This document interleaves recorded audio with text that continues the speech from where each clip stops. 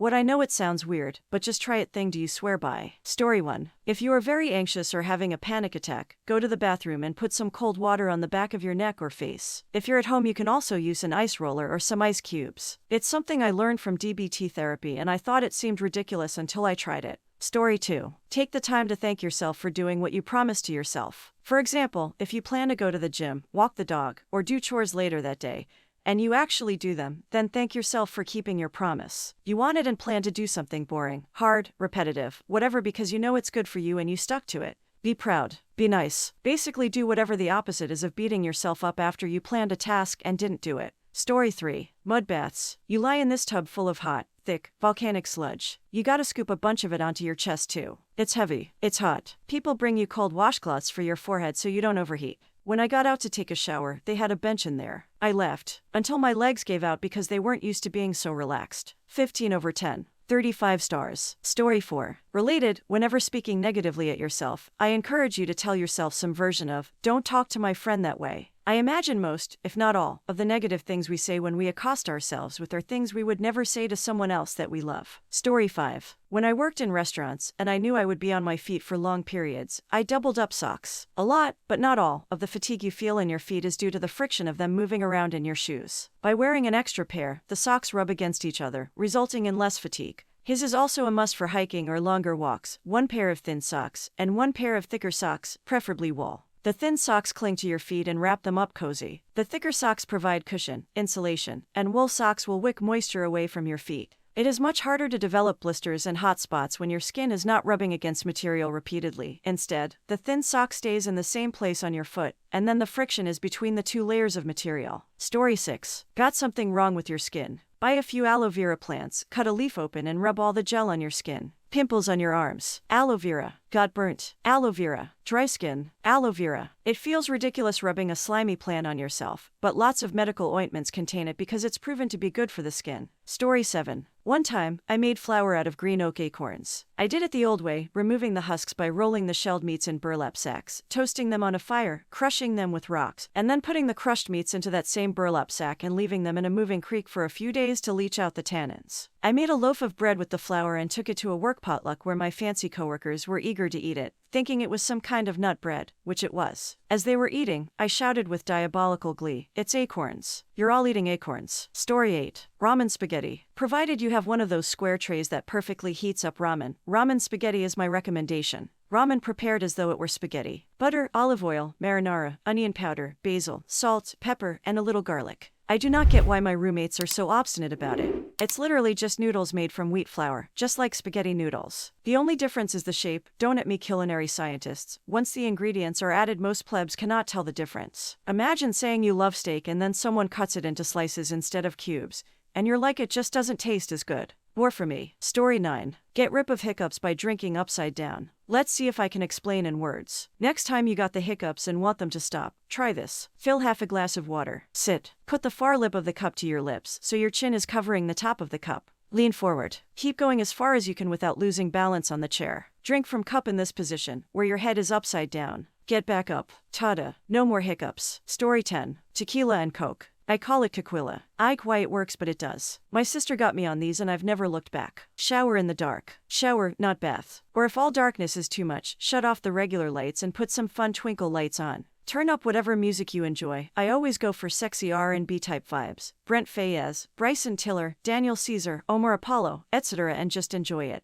Use all the products, take your time, and unwind. Story 11. When you come down with a viral infection, got runny nose and throat ache, take a bowl and a fresh onion and grate it while breathing in all the fumes. Even better if you cover yourself with the towel to keep all the fumes there. Breath in through your nose, breathe out through your mouth. It will burn, but just power through it. Sounds weird, but I swear every time it just stops the cold, flu in its tracks, and I'm good to go again. Story 12. If you need to suppress your gag reflex for some reason, I do this to brush my wisdom teeth, but I learned it from a girl who did it to deep throat when giving head. Make a fist with your thumb inside it and squeeze your thumb. I didn't believe it would work, but it does. I have a pretty sensitive gag reflex, but I can stick my fingers fat down my throat doing this. Story 13. Squatting to poop. I live part-time in a rustic cabin with an outhouse and squat toilet. Everyone who has come to live with me has wanted to put in a toilet seat when they first arrive, and I tell them to give it a try. Everyone hates it at first, and they always come around and miss it when we go. My digestion is better when I squat, I feel cleaner and emptier after, and I only need to go once daily. I've converted 3 boyfriends to squat toilets, lol. Story 14.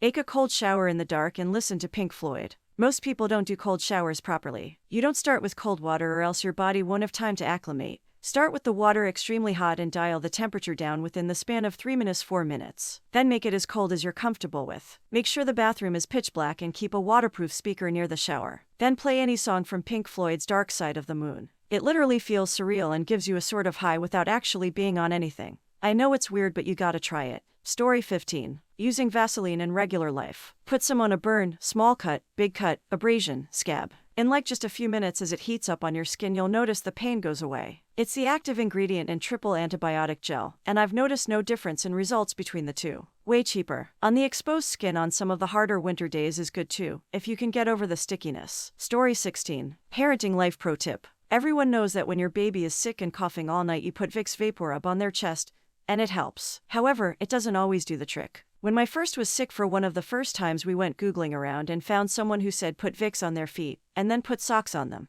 We were desperate, so tried it, and damn did it work a charm. We've done it ever since for each subsequent child. No idea why this works, but it does. Story 17. Using a kitchen pasta scoop as a back scratcher. It works so much better than the regular little wooden ones you buy. The pasta scoop thingy is also called a spaghetti server or pasta fork. It's made with a bend in the long handle that you can put pressure on to scratch that itch really well. Everyone I've ever told about this gives me the side eye when I first tell them about it, but once they actually try it, they're sold. He only costs like $7 on Amazon. Story 18. I read this one in a book when I was a kid, and it works 100% of the time for me. Close your eyes and concentrate as intensely as you can on the image of 7 bald-headed men. In the book there was an illustration showing 7 men sitting in a row at an old-time saloon, and that's what I visualize. Never fails to cure my hiccups. Story 19. The best way to get over people making fun of you for something is to make fun of yourself for it. For example, I get picked on for being short and was always insecure about it. Now I make fun of myself for it and people think I'm funnier, which makes them like me more as a person,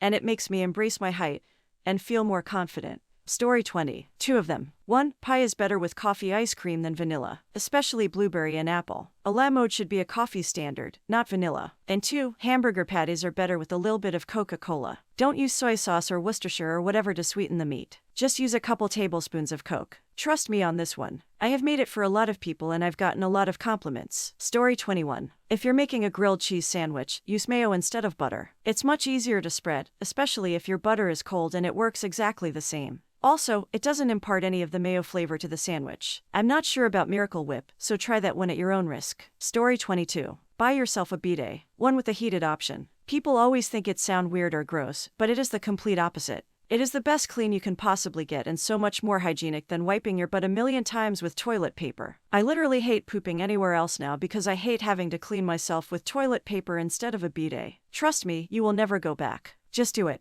The investment of $50 minus $80 is so worth it. Story 23. Whenever I make soup, beans, fried potatoes, and cornbread, I always add a big scoop of mayo to my bowl. I've always gotten weird comments about it, but I've done it my whole life. It's one of my top 3 favorite foods. Story 24. Light beer and cherry Kool-Aid, half and half. I had some Bud Light after a party and I didn't care for it myself, and on impulse I mixed it with some black cherry Kool-Aid I had mixed up already. It cuts the sweetness of the Kool-Aid and you can taste the grain flavor of the beer. It's so weak use no good for getting drunk, but it tastes better than either component does by itself. Story 25. When hiccups disrupt your day, blow out the air in your lungs, hold your breath, stick a finger in one ear, and turn it very slowly. It may take a couple of tries, but it works unless you have long nails. You can use a Q-tip, but do not stick it in too far. If you have a sneeze stuck, look up to the sun or directly into a bright light, just for a couple of seconds, and you will sneeze. The remedy to a small eye irritation due to liquid like soap or lotion: blow your nose, and use eye drops or before and after if you have them.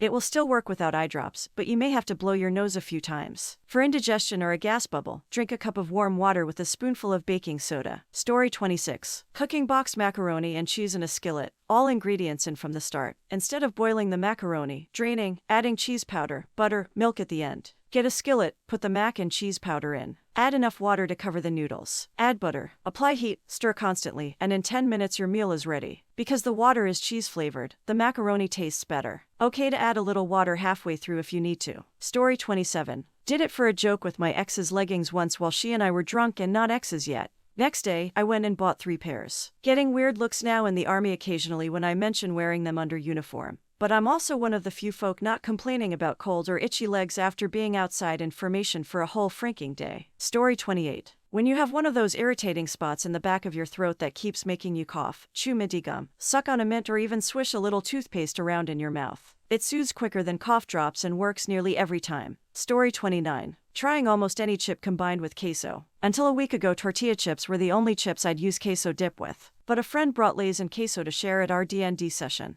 I was already munching on jalapeno Cheetos. I tried both in the queso and it was life-changing. Queso is the ultimate cheese dip. Story 30. As someone who overheats while sleeping, regardless of the room's temperature, I keep a fan on me so there's always a light breeze on my face, and any body part sticking out from under the blankets. Even in cold seasons when it's cold inside, the fan's on me at night. I have times when I feel cold because of health issues, but sleeping will have me waking up by feeling super hot and dripping sweat. By keeping the fan on me, even at times when I feel cold not caused by the fan, I have managed to avoid those hot sweaty nights for the last 8 years. People think I'm nuts, especially those who also get chills and feel cold, but it works. Story 31. Ranch powder mixed into either blue cheese dressing or plain hummus, depending on what you're dipping. For ranch blue cheese, it should be obvious, both are beloved dips for anything fried and spicy, and the flavors go so well together. For ranch and hummus, again, both are often used for similar things that are dipped, especially vegetables. Yet for some reason, everyone is appalled at the idea. In college, the first time I had tried hummus, I had the misfortune of being sitting in the middle of a heated argument between my Israeli-American